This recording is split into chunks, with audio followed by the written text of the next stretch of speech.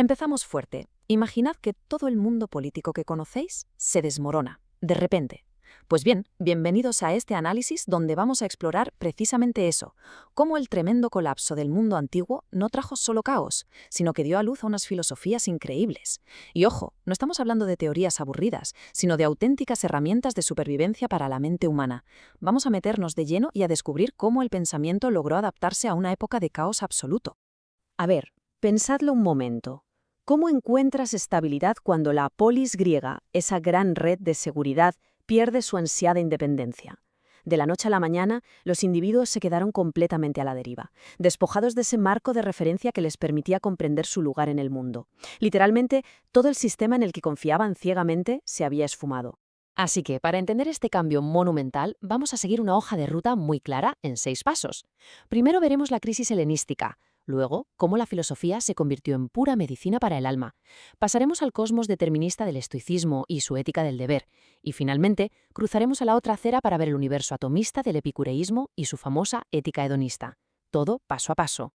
Arrancamos con el punto 1, la caída de la polis en la era de la crisis helenística. Básicamente, fue una época definida por una inestabilidad política tremenda. Las pequeñas ciudades-estado, que estaban muy unidas, desaparecieron y en su lugar surgieron monarquías gigantescas, lo que provocó además un aumento brutal de las diferencias entre las clases sociales.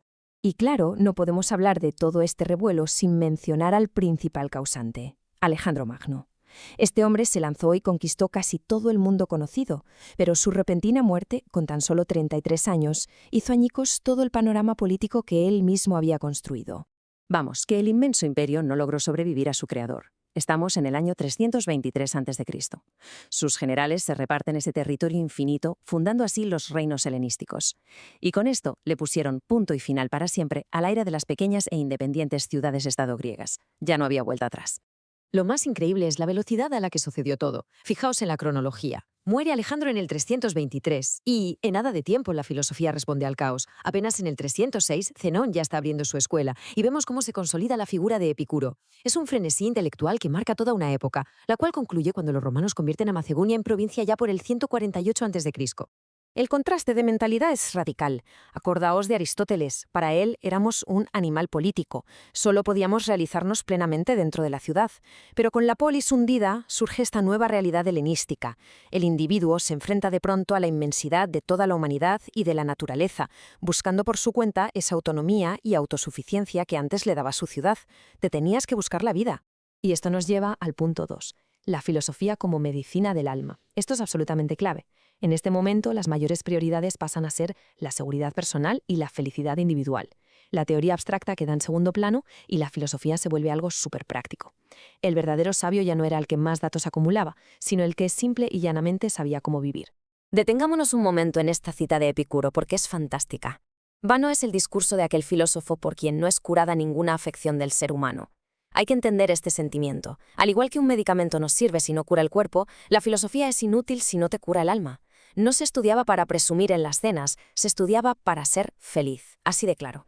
Y precisamente para curar esa angustia existencial aparecen en escena nuestros dos grandes protagonistas con sus respectivas escuelas rivales. Por un lado, Zenón de Citio con el estoicismo y por otro, Epicuro de Samos con el epicureísmo. Dos recetas muy distintas, pero ambas con un único objetivo en mente: sanar la mente humana.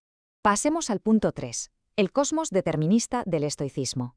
Zenón fundó su escuela en el 306 a.C., reuniéndose bajo un pórtico pintado en Atenas, de ahí el famoso nombre de la Stoa. Pero para entender la cura que proponían, primero tenemos que entender cómo veían ellos el universo. Su física, que bebe mucho de Heráclito, lo simplifica todo en dos principios básicos. Hay una parte pasiva, que es la materia, y una parte activa, el logos o la razón universal. Este principio activo es como un fuego divino que lo penetra y lo anima todo. Así que imaginad el universo como un enorme rompecabezas donde cada pieza encaja a la perfección. Es un cosmos armonioso y totalmente determinista, donde todo obedece a una cadena de causas, y nada, absolutamente nada, escapa al destino. Vamos al punto 4, la ética del deber de los estoicos. Y aquí está el truco. Conectan esa física de relojería con el comportamiento humano. Si todo el cosmos está regido por un destino racional, la conclusión lógica es obvia. Hacer el bien consiste en vivir de acuerdo con esa naturaleza, vivir en total armonía con el todo, cumpliendo nuestro deber tal y como nos dicta la razón. Pero claro, somos humanos. ¿Qué pasa cuando nos desviamos de esa razón? Aquí es donde entran las famosas pasiones. Para los estoicos, dejarse llevar por la pasión es ir contra la naturaleza. Es un simple error de juicio. El filósofo Crisipo las agrupaba en 4 principales: el dolor ante un mal presente, el miedo ante un mal futuro, el placer por un bien presente y el deseo sensual por algo futuro. Para ellos, todas estas pasiones rompen nuestro equilibrio interior. Entonces, ¿cuál es el antídoto contra todo esto? El autodominio absoluto. Y aquí nos topamos con 2 términos griegos fundamentales. La apatheia, que no es que no te importe nada, sino tener un muro frente a las emociones descontroladas. Y la ataraxia, que es la serenidad intelectual total. El sabio estoico Ial es como un faro en la tormenta, controla sus emociones de forma estricta para mantener una paz constante. Parémonos un segundo a leer esta maravilla de Epicteto, que encima fue un esclavo antes de convertirse en un maestro romano. Él nos recuerda que no son las cosas que nos pasan las que nos hacen daño, sino la opinión que tenemos sobre ellas. Por ejemplo, la muerte no es terrible en sí misma, lo que aterra es nuestra idea de que es terrible. Es un cambio de perspectiva brutal. El exterior es un caos, pero tú mandas en tu propia mente. Bueno, cambiamos de tercio completamente. Punto 5. El universo atomista del epicureísmo. Epicuro montó su escuela en un lugar conocido simplemente como el Jardín.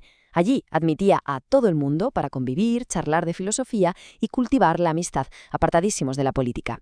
Su visión de cómo funcionaba la realidad era radicalmente distinta y se inspiraba en Demócrito.